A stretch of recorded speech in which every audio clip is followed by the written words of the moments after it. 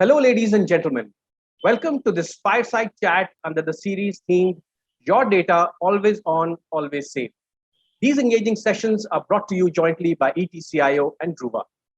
The data landscape is continuously evolving, challenging IT organizations to build and maintain data protection and management strategies that can evolve with their data as well as withstand increased regulatory oversight. Critical data must be protected from loss or breach, while data privacy regulations such as GDPR make it even more critical that organizations understand what data they have and be able to make actionable decisions regarding it. This creates pressure for IT teams, which are already struggling to meet different needs posed by different types of data distributed across organizations. To know how this pressure on IT teams can be dissipated and a seamless data management and protection strategy be put in place, we have with us a senior technology leader from the government sector and a top technology expert from a solution provider. Ladies and gentlemen, please welcome Mr. Abhishek Agarwal, Head of IT and Chief General Manager, Energy Efficiency Services Limited, or EESL, and Mr. Bhaskar Sirohi, Director, Global Solutions Architect, Druva. Great to have both of you, gentlemen. Good morning. Morning, Yash. Thank you, Abhishek. I'll start with Mr. Agarwal. Mr. Agarwal, EESL endeavors to provide universal access to sustainable energy solutions for enabling a low carbon future with significant economical and social impact. EESL's energy efficiency solutions have saved India over 47 billion kilowatt hour energy annually while reducing 36.5 million tons of carbon emission. This is a result of EESL's focus on solution-driven innovation with no capex, pay-as-you-save model. On the same note, cloud computing has redefined and transformed business models by driving scalability, boosting productivity, and unlocking efficiencies. What is your perspective on embracing cloud computing to align with EESL's business transformation goals? While cloud is gaining a lot of traction in the corporate sector, how does the public sector view cloud? Love to hear your thoughts there. Yeah, Yashwindra, the thing is that, let me start. I have joined EESL approximately 1.5 years back. So when I saw here, okay, we are on the cloud right now. So we don't say EESL is not on the cloud, but we are on the data center hosting type of platform right now.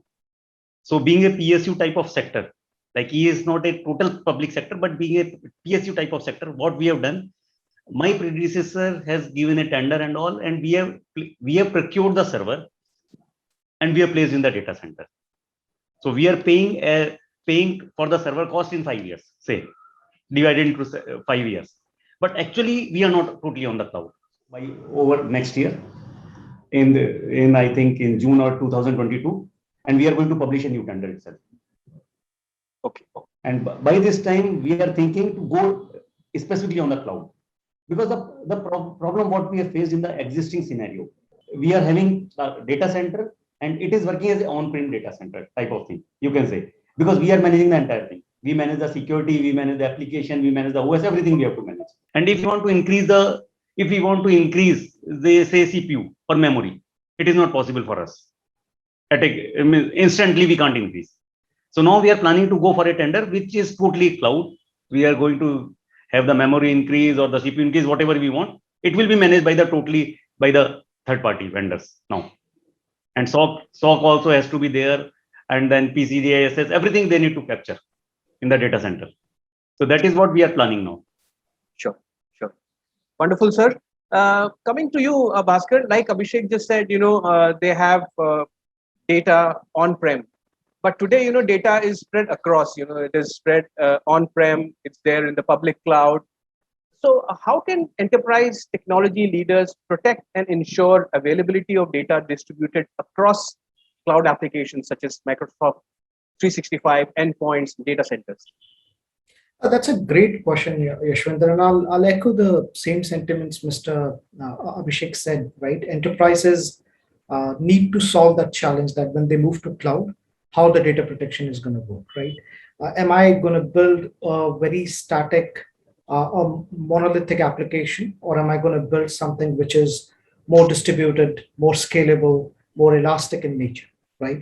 And that continues with the data protection as well. If you look at the legacy data protection, it was built for data centers which were on premises, right? They were built for monolithic applications. At max, they were handling clustered applications, but when you move to cloud, you have different sorts of applications which come into picture. For example, you have SaaS applications like M365. You have your endpoints, which are remote now. You have your data center, which is hybrid now, which some of the workloads have moved to cloud, and there has been an application rebuild which has happened when you move to cloud, or they have been moved as it is to cloud. So the challenges are there. One of the things enterprises can do is they have to look at from a perspective. They want a single pane of glass to look at these applications and where the data lies, so that they're not building anything in silos, right? You cannot have a backup application per workload which you have. What you need to have is one single application, one single data protection strategy, which works across all your platforms. So it can be very easily done in the cloud. The cloud offers you certain advantages, which we can talk about.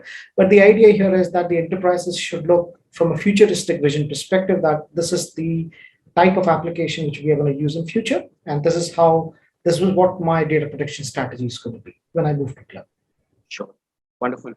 So coming back to you, Abhishek sir, like you said, you acknowledge the importance, the disruptive capabilities of cloud, and you have plans around it going forward. But what crucial role will the cloud play specifically in enterprise backup, data protection, and management at EESL? What are the business impacts that you expect from cloud data protection? So in the current scenario, my data, we are having DC and DR both hosted in one of the data center in Bangalore and Mumbai. But the issue pertains here, we are not testing regularly. So if I go for the actual cloud data provider, they are having the capability to test everything. They are having a DCDR drill type of facility, which we'll get it. Invariably, they are checking regularly their data. They are keeping our data in the DC. They are checking the DR also. That hassle will go off from our side, because our assumption is that in ESL, IT team has to work for the business. We are not a company like Dhruva is already there on our platform right now. Like we are discussing with Dhruva is there. So we are not a research organization. That is what my personal perception is, that we are just dependent on the partners. Say Dhruva, Oracle, say IBM, or whatever we talk about right now. So we are dependent on the partners. So in this way also the cloud partners, if it comes into the picture for us, so we are dependent on them. And we will try to use all the technology where the SOC, SOC is there, and the other security services are there, we will get it from the partner. So that is what our perception is there to move on the cloud.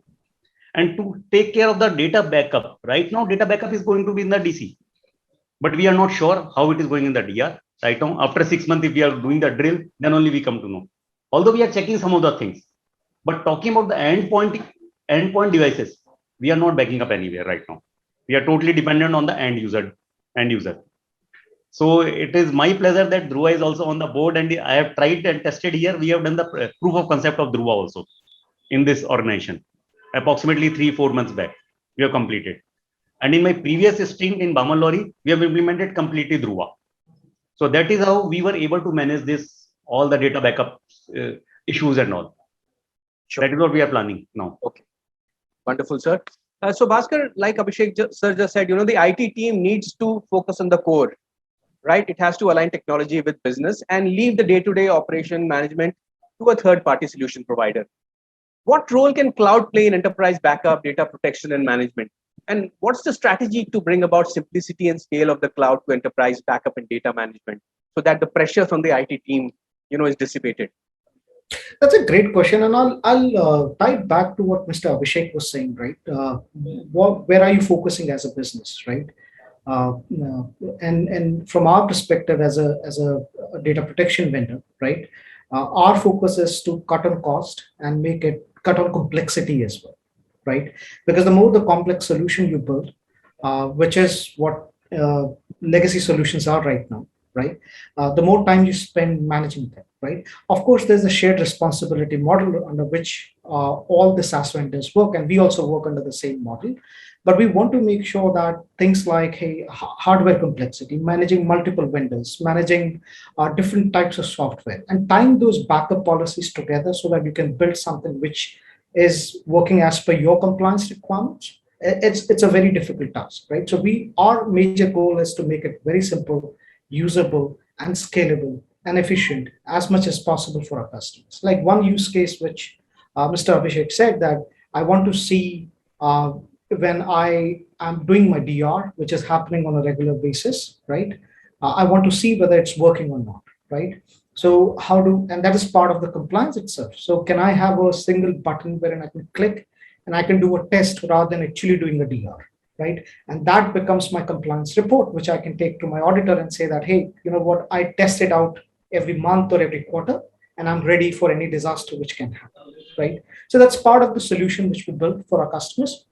But the idea, as I said, it's to cut down cost and complexity. Abhishek sir, Bhaskar just said, disasters can happen anytime. And Yes. we've seen that, since the start of the pandemic, ransomware attacks have increased by nearly 500%. As a Agreed. government entity that has huge amounts of critical data, how is EESL ensuring data security, availability, and resilience?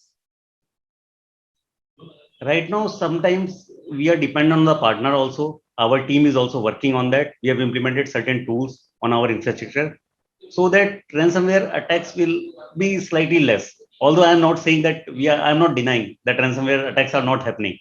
Even in my previous organization, we had a server which was affected 1.5 months because of the ransomware attack only. And we were struggling for that. Because of the thing, like I told, that we were keeping the data, but I am not sure whether it is copying or not. So if somebody has not monitored the server at that time, we missed this opportunity. But luckily that server was not so critical, so we survived. But for the ransomware attack, we are doing the basic thing also, patch management and all we are doing here, so that our servers are 95%, like all the research organizations are selling. If we are 95% patch updating, we are updating the patches. So we are ensuring that ransomware attack will be less on our servers. But that's all technology wise we are implementing, but we are also dependent on the partners in this case. Okay, sure.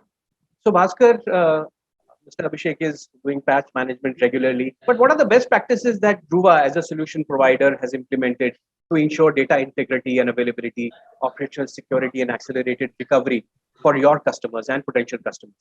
That's a great question. And if you see ransomware today, people might see it from a tech perspective. Some people see it from a money perspective, like how it impacts the business, right? But it has implications, its own implications. It can bring down your business, right? Businesses can be completely brought to halt, right?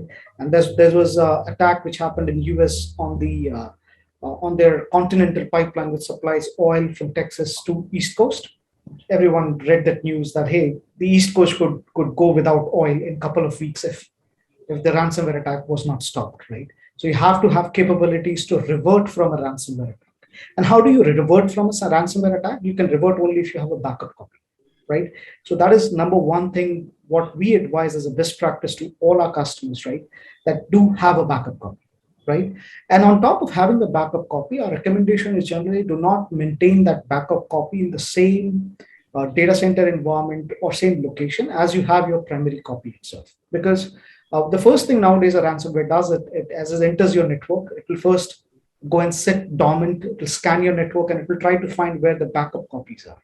Because if they go and compromise your backup copies and then they compromise your primary workloads, you have no way of recovering. Then you have to really pay the ransom, right? So the first thing we suggest is backup. Again, second is keep an offsite copy, right? But if you look at from Druva's perspective, the way we are architected and how we are operating in cloud, we are a serverless architecture, right? So what we have done, it's a cloud native architecture using microservices. The way we have architected it, the ransomware does not impact us as a service, right? It might impact your primary workloads, but that shouldn't impact something which is stored as a backup copy in Druva itself. That's number one. Number two is we have added a lot of capabilities from an investigation perspective. Like, for example, you can quarantine your backups. You can come and search the hash values of ransomware, right? Because once you know a ransomware attack has happened, you want to also find out if that ransomware, how widespread it is. So you need those investigation capabilities. And the final thing, what we have done is we call it as a golden snapshot. But the idea here is that you can recover with a peace of mind that whatever data you recover from the Druva service, does not have a footprint of ransomware inside. Because as I said, a ransomware can be dormant. So what happens is it stays between your data doing nothing. It can get backed up. So when you recover, you might get reinfected. So all those best practices are part of the solution itself, right?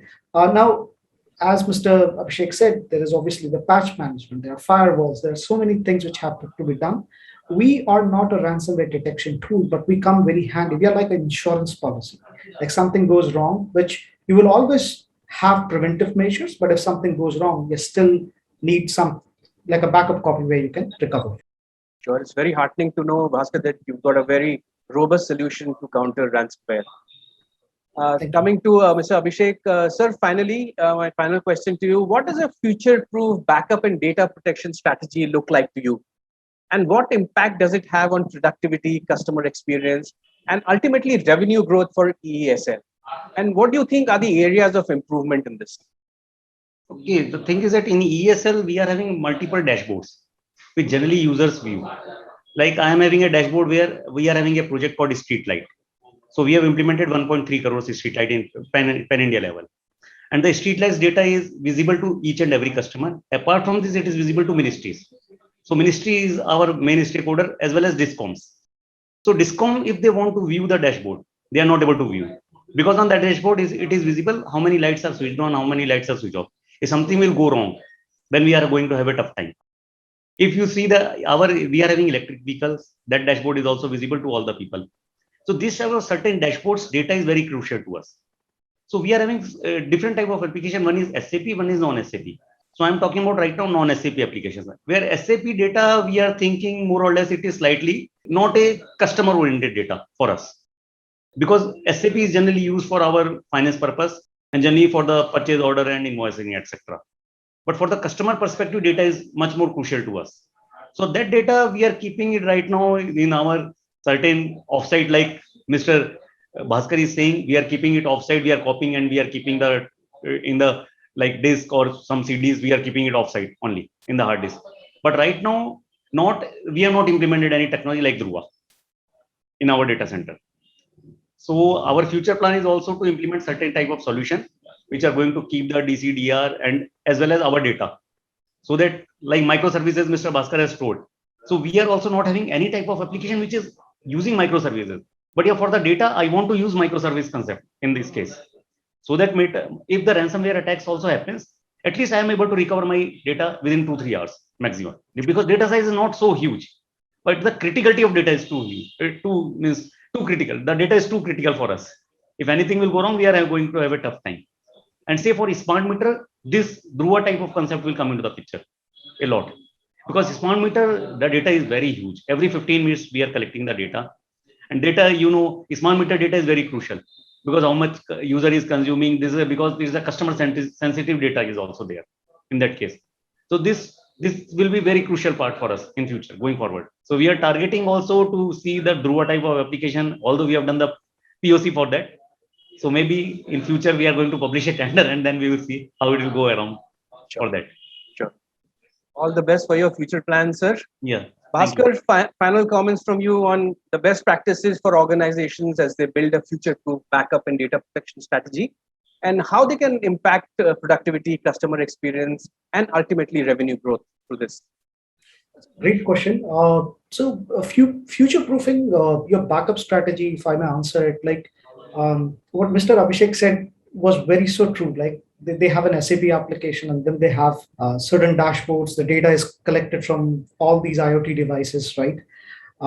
Which, if you look at it, it comes into a paradigm of talking about structured versus unstructured data, right?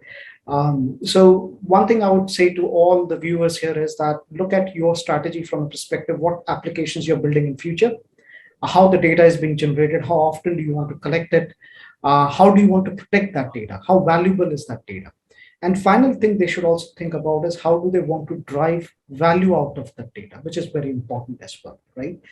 Can data protection vendors come into your system and give you some insights how you're generating the data? What's the data? Does that data have any value, right? With more amount of data being captured, what also comes into picture is data governance. right, into picture. How long are you keeping the data? Are you managing that data? So certainly it's not just backup you're looking at full data governance, data management, which is your responsibility because you have the ownership of the data, right? So in my mind, that's the future proofing of data. That's where everyone is heading to. Everyone wants some value out of that data. Yes. That's what I would say. From a productivity perspective, all these activities like data management, data governance, data insights will give you much more value out of data. And from a customer experience perspective, I'll say, Yash, is that the users want a very seamless experience. So go for something which will give you a very well documented SLAs, right? Which includes how fast you want to recover, how is the uptime of the service, what guarantees do they offer, right? These things do matter because if your service keeps failing again and again, then it's a bad customer experience impact on your productivity. So, Great, gentlemen. That's all we have time for. To conclude, the rapid move to remote work has permanently changed the way businesses operate, accelerated digital transformation, and increased the value of data as a business asset. As companies realize that business resilience is data resilience, more and more are turning to protect and unlock its full value. For business and technology leaders, it's therefore time to take control of their data with secure, scalable, on-demand data protection and management. With this, we come to the end of this fireside chat. Thanks a ton, Mr. Abhishek and Mr. Bhaskar, for your inputs. Ladies and gentlemen, we'll be back with another edition of an equally interesting discussion very soon. Till then, stay healthy, stay safe, and keep protecting and managing your data. Thank you. Thank you. thank you, Yash. Thank you, Mr. Abhishek.